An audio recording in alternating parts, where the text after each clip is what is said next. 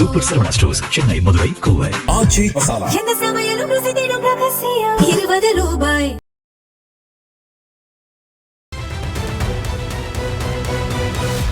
அரசியல் களம் நேயர்களுக்கு வணக்கம். இன்றைக்கு நம்ம நேர்காணலுக்காக மூத்த பத்திரிகையாளர் கோட்டீஸ்வரன் அவர்கள் நம்மோடு இருந்திருக்கார். அவரோடு பேசலாம். சார் வணக்கம். வணக்கம். நேயர்களுக்கு அன்பு வணக்கம். தமிழக சட்டப்பேரவை கூட்டத்தொடர் இன்றையோட நிறைவடைகிறது.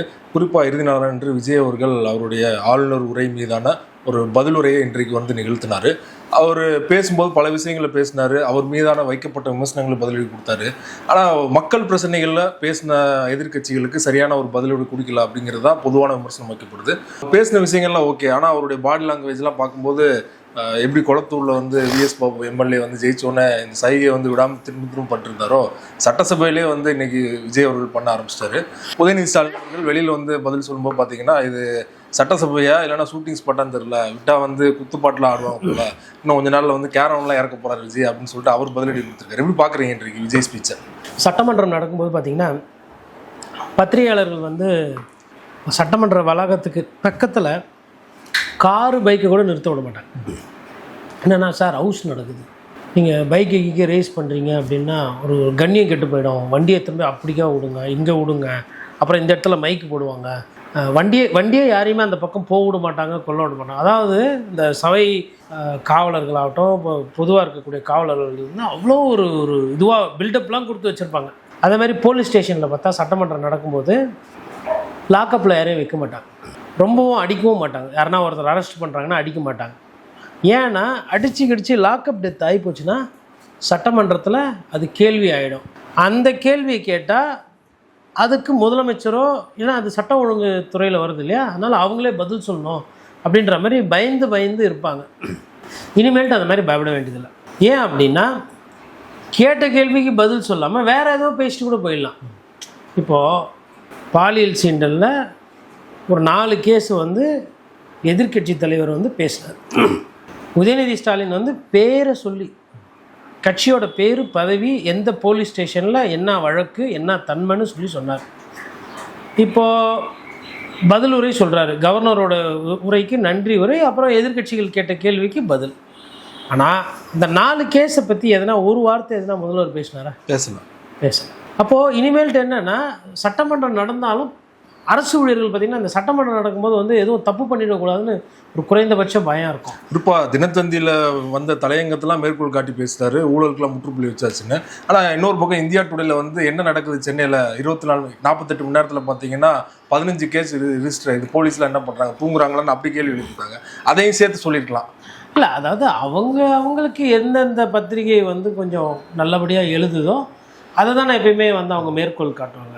அப்போது அதே நேரத்தில் டைம்ஸ் ஆஃப் இந்தியா பத்திரிகை வந்து 24 மணி நேரத்தில் 12 பாலியல் சீண்டல் நடந்திருக்கு, 12 இடத்துல பிரச்சனை ஆகிருக்கு, பெண்களுக்கு பாதுகாப்பு இருக்கா அப்படின்னு கேள்வி கேட்டு எழுதியிருந்தாங்க. தலையங்கன்றது ஒரு ஆசிரியர் எழுதுறது. ஆசிரியர் வந்து சம்டைம்ஸ் புரிஞ்சு எழுதுவார், சம்டைம்ஸ் புரியாமல் எழுதுவார், பிடிச்சி எழுதுவார், பிடிக்காமல் எழுதுவார். அது வேறாவது அவரோட கற்பனை வளம், இல்லை அவரோட அந்த அரசியல் புரிதலை வைத்து எழுதுவது. செய்தி என்பது நாட்டு நடப்பு. நீங்கள் சொல்லி பாராட்டி பேசிக்கிறது தலையங்கம். நம்ம இப்போ பேசுனது இந்தியா டுடேவோ இல்லை டைம்ஸ் ஆஃப் இந்தியாவில் வந்தது செய்தி. தலையங்கத்தை பற்றி பாராட்டி பேசலாம், ஒன்றும் தப்பு கிடையாது. கடந்த காலத்தில் கூட திமுகவில் வந்து இந்த பத்திரிகை நம்மளை பாராட்டுது, நாடு பேர் 7 பாராட்டும் நாடு அப்படின்னா இந்த பத்திரிகை பாராட்டுறது, பத்திரிகை பாராட்டுச்சு அப்படின்னு சொன்னீங்கன்னா உங்கள் தலையில் நீங்களே மண்ணள்ளி போட்டுக்கிறீங்கன்னு அர்த்தம். அன்றைக்கி ஒரு நாள் பாராட்டிட்டு அதுக்கு அடுத்தது எதனா தப்பு நடக்குது, இல்லை ஏதோ வந்து இப்போ நாளைக்கு ரைடு, ஒரு அமைச்சர் கைதாகிறாரு, மத்திய அரசுலேருந்து ஒருத்தர் ரைடு பண்ணுறாங்க. இப்போ உதாரணத்துக்கு அமலாக்கத்துறையில் ஐயா ஆதவர்ஜனாக்கு சிக்கல் இருக்குது, நாளைக்கு இது பண்ணுறாங்கன்னா இதே தினத்தந்தியில் கைதானார் அமைச்சர் ஆதவான் கூட வரும். அதனால் இந்த பத்திரிகை பாராட்டுறது, பத்திரிகையோட வேலை பாராட்டுறது கிடையாது. ஃபஸ்ட்டு எனக்கு தொழில் சொல்லி கொடுத்தவங்க சொன்னது, பத்திரிகையோட வேலை கேள்வி கேட்குறது. பாராட்டுறது அப்படின்னா நீங்கள் நடத்த வேண்டிய தொழில் என்பது ஈவெண்ட் மேனேஜ்மெண்ட். ஈவெண்ட் மேனேஜ்மெண்ட்டில் பார்த்தீங்கன்னா ஒரு ஆங்கர் இருப்பாங்க, சார் அந்த ஒரு காட்சியில் அருமையாக பண்ணியிருப்பீங்க, அந்த ஒரு இடத்துல நீங்கள் ஒரு தொழில் முனைவோராக நீங்கள் என்ன நினச்சிங்க, இந்த தருணம் எப்படி இருந்தது, அப்புறம் உங்கள் குடும்பத்தை பற்றி கொஞ்சம் சொல்லுங்கள், அப்புறம் உங்களுக்கு பிடிச்ச கலர் கொஞ்சம் சொல்லுங்கள், அப்படியெல்லாம் ஈவெண்ட் மேனேஜ்மெண்ட்டில் பண்ணுவாங்க. அப்போ நீங்கள் இருக்கிற வேண்டிய இடம் வேறு. பத்திரிகை துறை என்பது ஆட்சியாளர்கள் யாராக இருக்கிறாங்களோ அவர்கள் செய்யக்கூடிய தவறுகளை சுட்டி காட்டி திட்டங்களால் மக்கள் பயன்பெறும் பொழுது பாராட்டலாம். இன்னும் வரவே இல்லை. சரி ஓகே, அது அவங்களுக்குள்ள ஒரு ஒரு இது பாராட்டினாங்க. ஒரு பத்திரிக்கை பாராட்டுது, ஒரு பத்திரிக்கை விமர்சனம் பண்ணுது. அது மக்கள் கிட்ட விட்டுருவோம். இன்னொரு பக்கம் அந்த பத்திரிக்கை அவர் வாங்க போறாரு அப்படிங்கிற ஒரு செய்தியெல்லாம் வந்துட்டு இருக்கு. அதையும் மக்கள்கிட்ட விட்டுலாம். அது எனக்கு தெரியல அது என்ன ஏதுன்ட்டு. இது மாதிரி செய்திகள் வந்துகிட்டு இருக்கு. அது செவி வழி ரூமர்ஸா என்னன்னு தெரியல, பார்ப்போம். பட் ஆனால் குறிப்பிட்ட அந்த பத்திரிகை பாராட்டும் போது இன்னும் சந்தேகம் அதிகமாகுது அப்படிங்கிற விமர்சனம் வருது. பத்திரிகையாளர் கேட்குறீங்க, எனக்கு அதுக்கு பதில் தெரியல என்ன சொல்கிறதுன்னு. பட் அதை தாண்டி பத்திரிகை பாராட்டுதுன்னு சொன்னார். பத்திரிகையாளரை சந்திக்கிறத பற்றி ஒரு வாரத்தை பேசலையே எதுவுமே. அதாவது அட்லீஸ்ட் பாராட்டுற பத்திரிகையாளரை சந்திச்சிருக்கலாம். அது மாதிரி லிஸ்ட் போட்டால் ஒரு 5-6 பேர் வாங்கன்னா நிறைய பேர் இருக்கிறாங்க. முதலமைச்சரை பாராட்டுற மாதிரி ஒரு பத்திரிகையாளர் சந்திப்பு அப்படின்னா யாருன்னா இருக்கீங்களா? நான் இருக்கோன்ற மாதிரி நிறைய பேர் இருக்கிறாங்க, எனக்கு தெரிஞ்சு இருக்கிறாங்க. அவங்களெல்லாம் கூப்பிட்டா நல்ல ஒரு பத்திரிகையாளர் நல்ல இன்னும் இன்ஃபேக்ட் அந்த விமர்சனத்தையும் முறியடிச்சிடலாம்ல. அவருக்கு வலிக்காத மாதிரி கேள்வியாக கேளுங்க. கரூரில் 42 பேர் செத்தப்போ உங்களோட மனசு எப்படி வலிச்சுது? நீங்கள் நைட்டு தூங்குனீங்களா? எத்தனை நாள் ஆச்சு அதுலேருந்து நீங்கள் விடுபட? இப்படியே கேட்கலாம்ல. ஏன் சாப்பிட்டீங்களா சரியா? அப்படி கூட கேட்கலாம்ல பத்திரிகையாளர்ன்ற போர்வையில். ஏன் தலை திருச்சி ஓடுனீங்க அப்படின்ற மாதிரி வரல. அப்போது பழசெல்லாம் நினைவு கூர்ந்து இன்றைக்கி அவர் பேசியிருக்காரு. சினிமேட்டிக்காக இருந்தது நிறைய விஷயம். ஆனால் எனக்கு பிடிச்சிருந்தது. எனக்கு இப்போது என்னென்னா, இப்போ ஒரு படம்லாம் பார்க்க முடியுமோ இல்லையா அப்படின்ற மாதிரி ஒரு வருத்தம் இருந்தது. இனிமேல் விஜய் சார் படம் இனிமேல் ஒவ்வொரு வாட்டி சட்டமன்றம் கூப்பிடும்போது அந்த ஒரு திருப்தி இல்லைன்னா இப்போ போய் தேட்டரில் போய் படம் பார்க்கணும்னா 250 ரூபா 300 ரூபா ஆகும். அது ஃபஸ்ட்டு டே ஃபஸ்ட் ஷோலாம் பார்க்க முடியாது. இது எல்லாருக்குமே ஃபஸ்ட்டு டே ஃபஸ்ட்டு ஷோ இல்லை. இன்றைக்கி தமிழ்நாடு பூரா ஃபஸ்ட்டு டே ஃபஸ்ட்டு ஷோ, அதுவும் செலவு இல்லாமல், பாப்கார்னு பார்க்கிங் காசு எதுவுமே இல்லாத உண்மையிலே பார்த்துட்டு போயிடலாம். நேரலையில் பார்க்குறோம். அது உண்மையிலே பாராட்டமான விஷயம். நல்லா இருந்தது. இன்றைக்கி விஜய் சார் தான் ஹீரோ. இன்றைக்கி சட்டமன்ற கூட்டத்தொடர், அது பேசினது, இந்த டயலாகு டெலிவரி அதெல்லாம் வச்சு பார்க்கும்போது அவனை கூட்டத்தொடரில் பதில் சொல்லாமல் போயிட்டாரு. அப்படியே பேபன் முடிச்சார் உதயநிதி பேசும்போது. ஸோ பதில் சொல்ல முடியல. இன்ஃபேக்ட் அன்றைக்கி விமர்சனம் அவர் எழுதி கொடுக்குற லீவ் போட்டார் அப்படிலாம் பேசிகிட்டு இருந்தாங்க. ஸோ அந்த முறை அந்த தவறு நடக்கக்கூடாது அப்படிங்கிறதுல தெளிவாக இருந்திருக்காங்க. இல்லை, அது அரசியல் ரீதியாக கேட்டப்பட்ட கேள்வி. அதற்கு பதில் வராது. இப்போது சட்ட ஒழுங்கு பிரச்சனையை பற்றி எவ்வளோ நேரம் பேசியிருப்பார் அவர்? 2 லைனு தாண்டலை. கரண்ட்டை பற்றி 2 லைனு தாண்டலை. நீங்கள் வேணால் பாருங்கள். ஒரு 2 லைனா ஒரு பெரிய ஒரு 30 வார்த்தை 40 வார்த்தைக்குள்ளே தான் அவர் பேசினார். சட்ட ஒழுங்கு சரியாக இருக்கணும் அப்படின்னா என்ன அர்த்தம்? இப்போ இல்லைன்னு அர்த்தம். அப்போ 40 நாள் ஆகின்னு முதலமைச்சர் அந்த தன்னோட நேரடி கட்டுப்பாட்டில் இருக்கிற ஒரு விஷயம் அவரால் 100% கரெக்டாக சொல்ல முடியுமா தைரியமா? இதே அம்மையார் ஜெயலலிதா பிக் பாக்கெட்டு செயின் ஸ்நாச்சிங்லாம் ஒரு பீரியடில் நிறைய நடக்குது, இந்த அண்ணா நகர் போன்ற இடத்துலலாம் நிறைய நடக்குதுன்னு சொல்லிட்டு எதிர்கட்சிகள் பேசுகிறாங்க. கேட்டாங்க, நிறைய பேர் பயந்து ஆந்திராவுக்கு ஓடி போயிட்டாங்க அப்படின்னு சொல்லி அவங்க பேசினாங்க. அவங்க பேசினதுக்கப்புறம் பார்த்தா ஒரு 2 நாள் கழிச்சு செயின் ஸ்நாச்சிங் திருப்பி ஜாஸ்தியாச்சு. அப்புறம் எதிர்கட்சிகள் திமுகவில் கேட்டாங்க, ஓ அப்படியா எங்கே பாருங்கள் அப்படின்ற மாதிரிலாம் கேட்டாங்க. அட்லீஸ்ட் அவங்களுக்கு அந்த ஒரு தைரியம் இருந்தது, என்னால் அதை கட்டுப்படுத்த முடியும், குறைக்க முடியும். இன்றைக்கி அந்த மாதிரி எம்எல்ஏவே கொலை செய்யப்பட்டார் இல்லையா? அப்போ இப்போ இந்த மாதிரியான ஒரு உத்தரவாதம் தர முடியுமான்னா அவர் அதுக்கு போவே இல்லையா? நாங்கள் விவசாயிகள் போராட்டத்தை எதிர்கட்சிகள் தூண்டுதல் பேர் தான் நடத்துகிறாங்க. 19 சொல்லிட்டு இல்லை, அது ரொம்ப ஒரு மோசமான கண்ணிய குறைவான மடைமாற்றம் வேலையை இன்றைக்கி செஞ்சுட்டாங்க. அதில் எனக்கு படத்திலே இன்னைக்கு பார்த்த அந்த காட்சியிலே பிடிக்காத காட்சின்னு பார்த்தா நான் அதை தான் நான் ஒரு எடிட்டராக இருந்து அந்த காட்சி எந்த காட்சியை தூக்குவீங்க இன்றைக்கி விஜய் சார் பேசினதுலனா விவசாயிகளுக்கு தூண்டி விட்டு போராட்டம் பண்ணுறாங்க அப்படின்ற அந்த வார்த்தை இருக்குது பார்த்தீங்களா, அதை ஒண்டி நான் எடுத்தேன். மிச்சபடி எல்லாமே அவரோட பேச்சு, அவரோட அந்த நடிப்பு, செய்கை, ஆக்ஷன் எல்லாமே அருமையாக இருந்தது. ஒரு ஃபுல் மீல் சாப்பிட்டா மாதிரி இருந்தது. ஒரு விஜய் சார் படம் பார்த்த திருப்தி எனக்கு இருந்தது. நேற்று நைட்டு பார்த்தீங்கன்னா நான் கால்பந்து பார்த்தேன், மெஸ்ஸி அடித்த கோலை பார்த்தேன், சந்தோஷப்பட்டேன், சந்தோஷமாக இருந்தது. ஒரு அர்ஜென்டினா ஃபேனாக எனக்கு. இன்றைக்கி விஜய் சாரோட ஃபேனாக நான் ஒரு படம் பார்த்தேன், ரொம்ப சந்தோஷமாக இருந்து மன நிறைவாக இருக்குது. இனிமேல் இப்படி மாறிடும் நினைக்கிறீங்களா? சட்டமன்றத்தில் வெளிப்படையாக உதயநிதி அவர்கள் பேசும்போது பார்த்தீங்கன்னா, ஒரு சட்டமன்றத்தில் விஜய் அவர்கள் பேசினது ஒரு 10 ரீல்ஸ் தேரும், இதுக்காகவே ப்ரீ பிளான் பண்ணி தான் இந்த ஸ்பீச்சே தயார் பண்ணியிருக்காங்க. ஸோ இது எங்கே போய் சொல்கிறேன்னு தெரில அப்படின்னு சொல்லிட்டு அவர் பேசுனதை நீங்களும் பார்த்துருக்கீங்க. இல்லை, அது உதயநிதி அவர்கள் அரசியல் காழ்ப்புணர்ச்சி காரணமாக பாதியிலே படத்திலிருந்து வெளியேறிவிட்டார். அதனால் அவர் முழுசாக பார்க்க முடியலன்னு வந்துட்டு அவருக்கு பிடிக்கல, அதனால் அவர் போயிட்டார். நான் விஜய் சார் ஃபேனு தான், எனக்கு பிடிக்கும்ல, நான் ஃபுல்லாக பார்த்தேன். 10 ரீல்ஸ்னால் இல்லை, 15-16 ரீல்ஸ் தேரும், ஃபுல்லாக பார்க்கணும். ஆனால் இபிஎஸ் அவருக்கும் பிடிச்சிருக்கு. அவர் எந்த அளவுக்கு அவர் எந்த அளவுக்குன்னா அதிமுக நிலைமை சிரிப்பாக இருக்குது. என்னடா நம்ம கட்சியிலேருந்து ஒரு 4 எம்எல்ஏ எடுத்து விட்டுட்டு சோப்பா மாடல் தெரியல, ஊழல்லாம் தெரியல அப்படின்னு பேசுகிறாரு. என்னமோ அவர் ஒரு குழந்தை மாதிரி குழந்தை முகமாக வச்சுக்கிட்டு சிரிக்கிறாரு. அது எப்படி தான் அவரால் அப்படி இருக்க முடியுதுன்னு தெரியல. ஏன் இவருமே ஏஞ்சி வந்து திடீர்னு இல்லை எனக்கும் பாயிண்ட் மாடல் கொடுக்கணும், சோப்பா மாடல் தெரியலன்னு நான் சொல்கிறேன்ப்பா, என் இடத்துல நீ இருந்து பாரு, உங்கள் கட்சியிலேருந்து 4 எம்எல்ஏ விலை போனால் தேர்தலில் நின்று தெருவாக போய் உழைச்சி பிரச்சாரம் பண்ணி அந்த 4 எம்எல்ஏ போயிட்டு அதுக்கப்புறம் தெரிஞ்சால் அப்போ சோப்பா மாடல் புரியும்.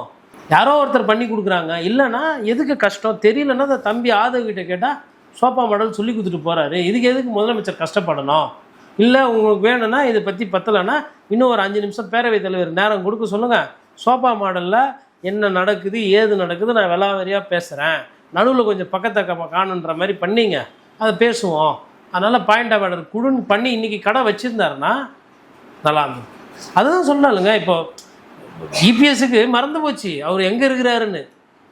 அவர் யாருன்னா பக்கத்தில் இவருக்காச்சும் சொல்லணும் இல்லை, யார் இவர் நாகப்பட்டினத்துக்காரர் உட்காந்துருக்காரு ஓஎஸ் மணியன், அவராச்சு அண்ணே தேட்டரில்ண்ணே அண்ணே சாங்கு போகிறாங்கண்ணே வைப்புண்ணே ஏந்திருங்கண்ணே என்ன சட்டமன்றம்ண்ணே, ஏப்பா என்னப்பா நான் கூட சினிமா தேட்டர்னு நினச்சிட்டேன்ப்பா என்ன அறியாமல் அப்படின்னா எழுப்பி விட்ருக்கோம். இந்த சைடு 2 பேர் இருக்கிறாங்க பக்கத்தில் அகிரி கிருஷ்ணமூர்த்தியும் இருக்கிறாரு.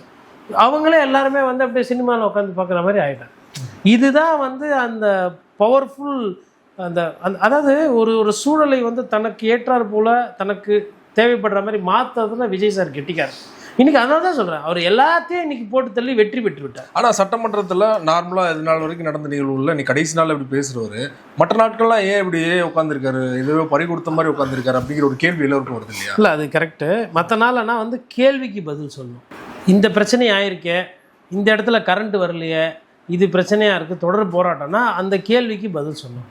இந்த இடத்துல பாலியல் சீண்டலில் இந்த குழந்தை இறந்துருக்கு, அதாவது குழந்தையோட பிரேதத்தை கூட அப்பா அம்மா கிட்ட கொடுக்க முடியாமல் வேறு இடத்துல போய் கள்ளத்தனமாக மௌனமாக திருட்டுத்தனமாக புதைக்கிற ஒரு கேவலமான ஒரு சூழ்நிலையில் தான் இருக்குது இன்றைக்கி. அதுக்கு காவல்துறையே உடந்தையாக இருக்குது. இந்த அவலத்தை எதிர்கட்சி கேட்குறாங்க, பேசுகிறாங்க, அதை பற்றி பேசுகிறாங்க. ஐயா எடப்பாடி பழனிசாமி மேகதாது பிரச்சனையை பற்றி அவ்வளவு பேசுகிறார். 20 மாவட்டத்தோட நீராதார பிரச்சனை, இது உணர்வுகளோட அப்போல்லாம் வாய் திறக்காமல் இன்னைக்கு வந்து முதல்வரோட உரையில் பதில் சொல்கிறேன்னு சொன்னார் அவர். ரைட்டா? மேகதாதுன்ற வார்த்தை அவர் வாயிலேருந்து எத்தனை வாட்டி வந்துச்சு? காவேரி பிரச்சனைன்றது எத்தனை வாட்டி வந்தது? வேளாண் குடிமக்களோட பிரச்சனைகளை பற்றி எதனா தொட்டாரா? பெண்கள் பாதுகாப்பில் சிங்கப்பெண் படைன்னு சொன்னார். சிங்கப்பெண் படை ஆட்சியை பிரச்சாரத்தப்போ சிங்கப்பெண் படை, ஆட்சியை பிடிச்ச உடனே சிங்கப்பெண் படை, ஆட்சியை பிடிச்ச உடனே இதோ சிங்கப்பெண் படை, இன்றைக்கி சட்டமன்றத்தில் இருக்கிறாங்க இதோ சிங்கப்பெண் படை. என்ன பண்ணுது அந்த படம் அப்படின்னு கேட்டால் என்ன பண்ணியிருக்கு தெரில. அப்புறம் என்சிஆர்பி டேட்டா திமுக ஆட்சியில் இருந்த டேட்டா எடுத்து கொடுக்குறீங்க. அதாவது இன்றைக்கி இபிஎஸ் அவர்கள் வந்து ஒரு சூழ்நிலை வந்து அவர் அப்படியே பார்க்குறாரு, ஓகே திமுகவை தான் திட்டுறாங்க, நம்ம அண்ணா பேரை அவர் பேசுகிறார், ரைட்டு. எம்ஜிஆர் பேரை பயன்படுத்தினோம்னா இவர் ஏஞ்சி அப்ஜெக்ட் பண்ணணுமா பண்ணியிருக்கூடாதா? சரி, அதாவது என்னென்னா சம்டைம்ஸுங்க அவர் பிரச்சனை அவர் இடத்துல இருந்து பார்த்தா தான் அவரோட தெரியும். அவரோட அந்த வயதுக்கு அதிமுகன்ற ஒரு பிரம்மாண்ட கட்சியினுடைய பொதுச் செயலராக இருக்கிறது விளையாட்டு கிடையாது. பட்டு எல்லாரும் எப்படி மெஸ்மரைஸ் பண்ணார் பாருங்க விஜய் சார். சபாநாயகர்கிட்ட பேரவைத் தலைவரே ஒரு ஆக்ஷன் பண்ணிட்டா அப்படின்னோன்னா ஆக்ஷன் அப்படின்றவர் அவர் அதான் ஐயா நீங்கள் பேரவைத் தலைவர் ஐயா, நீங்கள் சட்டமன்ற சபாநாயகர், உங்களை டைரக்டராக ஆக்கிட்டாரு. உங்களை டைரக்டராகவும் எதிரில் இருந்தவங்களெல்லாம் ஆர்ட் டைரக்டராகவும் மேலே இருந்து சைட்லேருந்து பார்க்குறவங்களெல்லாம் ஆடியன்ஸ் ஆகிட்டோம், பத்திரிகையாளர்கள்லாம் வந்து என்ன சொல்கிறது ஃபிலிம் கிரிட்டிக்காகவும் உள்ள விசிலாம் அடிச்சாங்கன்னு சொல்கிறாரு. அது தெரியல, நான் பார்த்தேன், எனக்கு தெரியல, மேபி அவர் அங்கேயே இருந்ததுனால தெரிஞ்சிருக்குமான்னு தெரியல. அதெல்லாம் என்ன அவை குறிப்பில் அதாவது ஒரு 4 நாளைக்கு முன்னாடி பேசும்போது ஐயா செங்கோட்டை நினச்சி பேரவைத் தலைவரே அந்த வார்த்தை மெத்தனமாக இருந்து விடக்கூடும், மெத்தனமாக ஏதோ ஒரு வார்த்தை ஒன்று பயன்படுத்தாங்க, அது மாதிரி காவேரி பிரச்சனை கூட அந்த வார்த்தை வந்து எடுக்க வேண்டும், ஏதோ பெரிய கண்ணிய குறைவாக நடந்து போச்சு. சட்டமன்றத்தில் ஆதாரம் எல்லாமே பேசக்கூடாது. சரி, ஊழல் லஞ்சம்லாம் பண்ணியிருக்காங்கன்னு சொன்னேன். ஏன்னா ஒரு கேஸ் ஒரு எக்ஸாம்பிள் கோயில் நகரத்தை திருடிட்டீங்க அப்படின்னா சொல்கிறீங்க. நான் அந்த கருத்து அந்த குற்றச்சாட்டோடு உண்மையாக இருக்கலாம். தரவுகள் எங்க 40 நாள் ஆயிடுச்சு. இன்னைக்கே பார்ட்டி ஃபண்டு போகுது, அதாவது சொல்லுங்களேன். அது ஆதரவுனா மழுப்புறாரு. நான் எந்த பார்ட்டின்னு சொல்லல, ஏன் உங்களுக்கு கோவம் வருதுன்றாரு. உதயநிதி வெளியில வந்து சவால் விடுறாரு, தைரியம் தான் சொல்ல வேண்டியது எந்த பார்ட்டின்னு சொல்லிட்டு. தைரியம் தான் இப்போ கூட ஒன்றும் நேரம் கெட்டு போயிடல, சட்டமன்றத்தெல்லாம் பேசணும்ல, யார் யாருக்கெல்லாம் மடியில் காணா இல்லையோ அறிக்கை விடுங்க. பார்ட்டி ஃபண்டு எந்த சாராய ஆலையிலேருந்து யாருக்கு எவ்வளோ துட்டு போச்சு வழக்கு பதிவு பண்ணுங்க. 1000 கோடி வந்து ஐயா செந்தில் பாலாஜி மீது விமர்சனம் ஆச்சுல்ல, உண்மையிலே நீங்கள் இதை வந்து ஒழிக்கணும்னா வழக்கு பதிவு பண்ணுங்கள். பத்திரிகையாளர்கிட்ட வெளிப்படையாக சொல்லுங்கள்.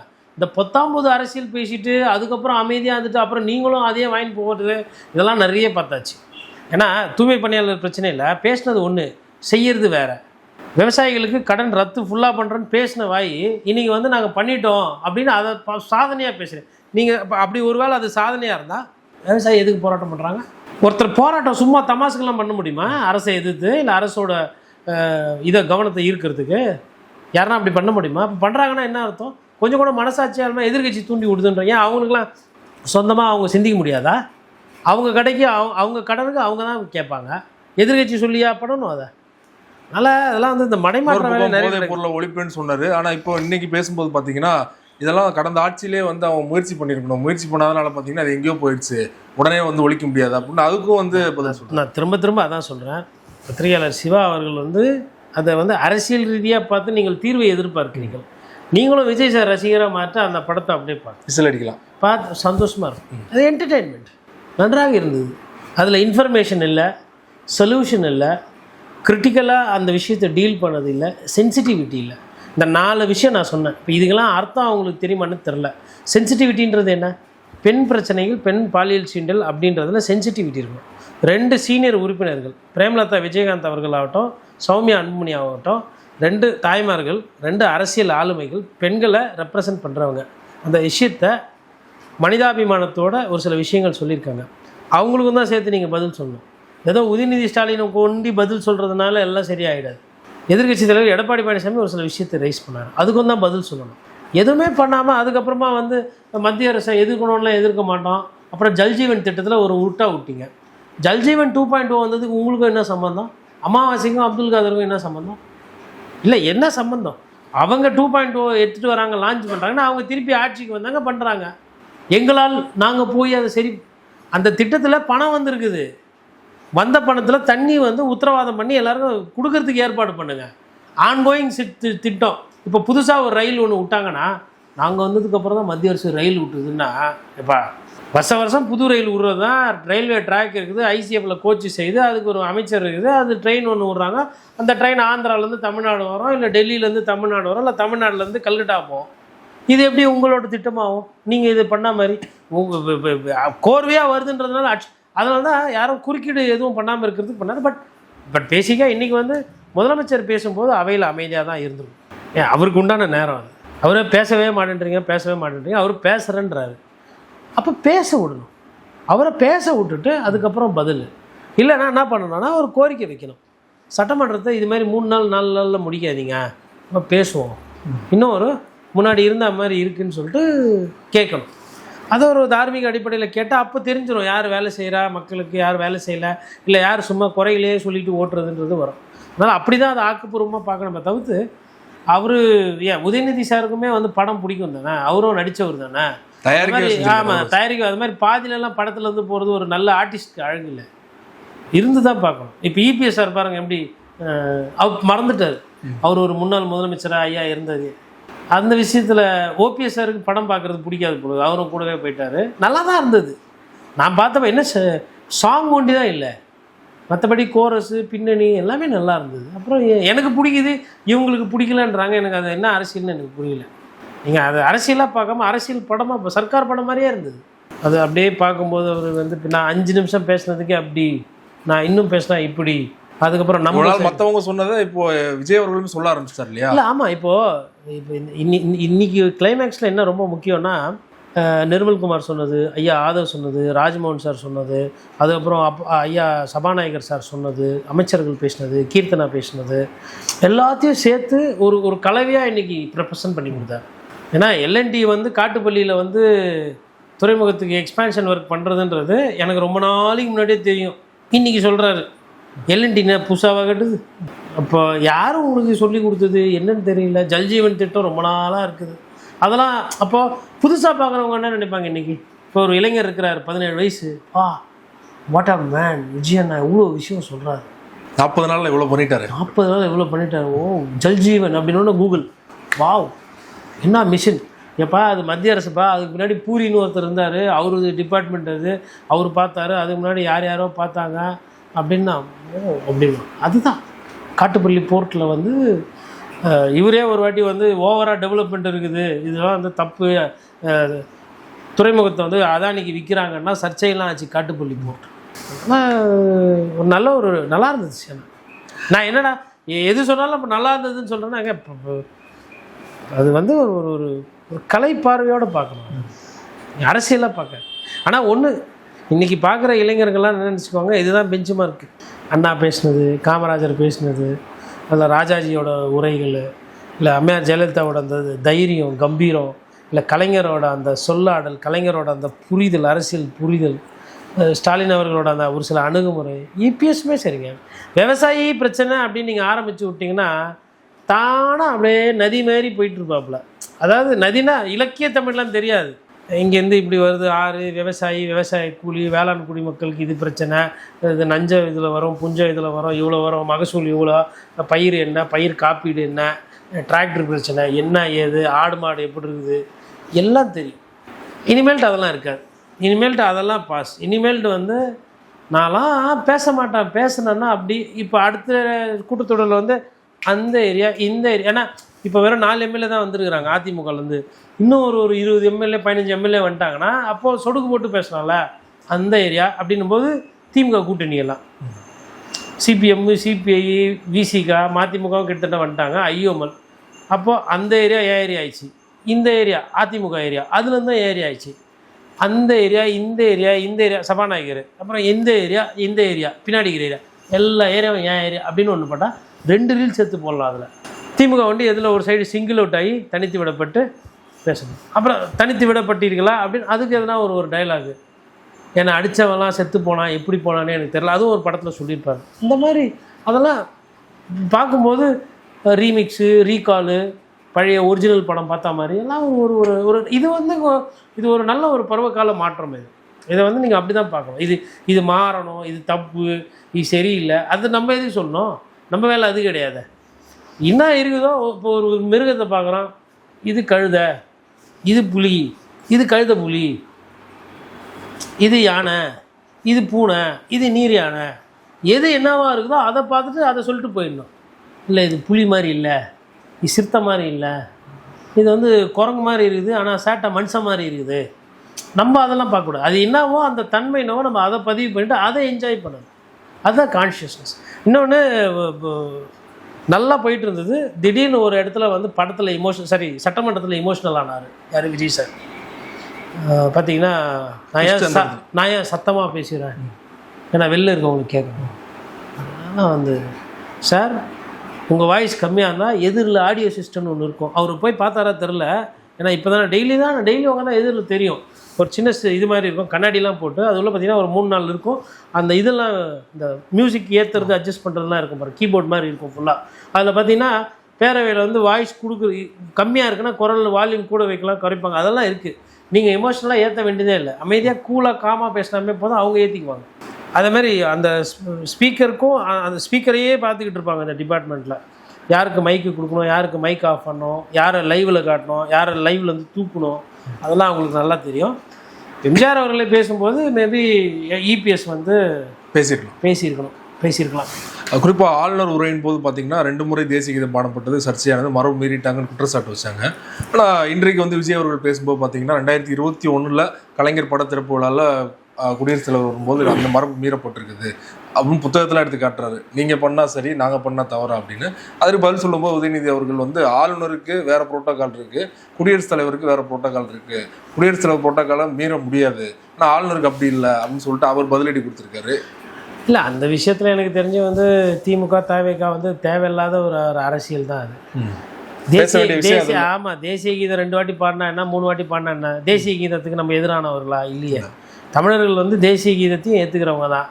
ஃபஸ்ட்டு தமிழ் தாய் வாழ்த்து பாடிட்டாங்க. ஒரு குழந்தை பிறந்தவொன்னா அம்மானுது, அம்மா சொன்னதுக்கப்புறம் அது அப்பான்னு கூப்பிடுது. அம்மாவை ஃபஸ்ட்டு சொல்லிச்சு, அப்பா 2 வாட்டி சொன்னான்னா 3 வாட்டி சொன்னானே, அவ்வளோதான் அதுக்கு பதில். இதுவும் கண்ணு தான், இதுவும் கண்ணு தான்.